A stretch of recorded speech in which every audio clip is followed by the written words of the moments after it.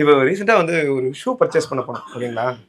Shoe வாங்க போனேன். Shoe வாங்கிட்டு 1000 ரூபாய் ஷூ வாங்கிட்டு போய் கொடுத்தேன். கவுண்டரில் கரெக்டாக பில் பண்ணும்போது 50% டிஸ்கவுண்ட்டு 500 கொடுங்க போதும் அப்படின்னா. சத்தியமாக சொல்கிறேன், இவ்வளோ சந்தோஷமா நான் இருந்ததே இல்லை. ஹாப்பி ஆகிட்டேன் சார் சத்தியமா.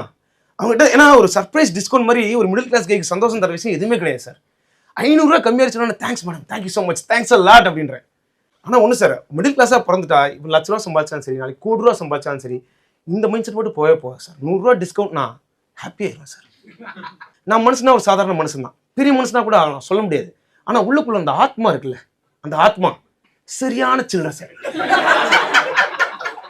ஒரு சில்லற சோல் சார். நான் 100 ரூபா டிஸ்கவுண்ட்னா ஹை சூப்பர் அப்படி.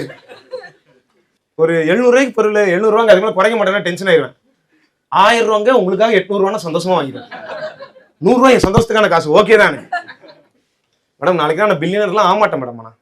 ஆனால் ஆயிட்டேன்னு வச்சுக்கோங்க, அமேசானை வாங்குவேன் madam. Amazon, Jeff Bezos give the Amazon. காசை கொடுத்து அமேசான் வாங்கிட்டு கூப்பன் கோட் இருக்கான்னு அவன்கிட்டே கேட்பேன். அமேசானை வாங்கிட்டு பேடிஎம் விலைக்கு வாங்கினா அவங்ககிட்ட கேஷ்பேக் 30 ரூபீஸ் கிடைக்குமா? ஒரு சந்தோஷம் தேவைப்படுது.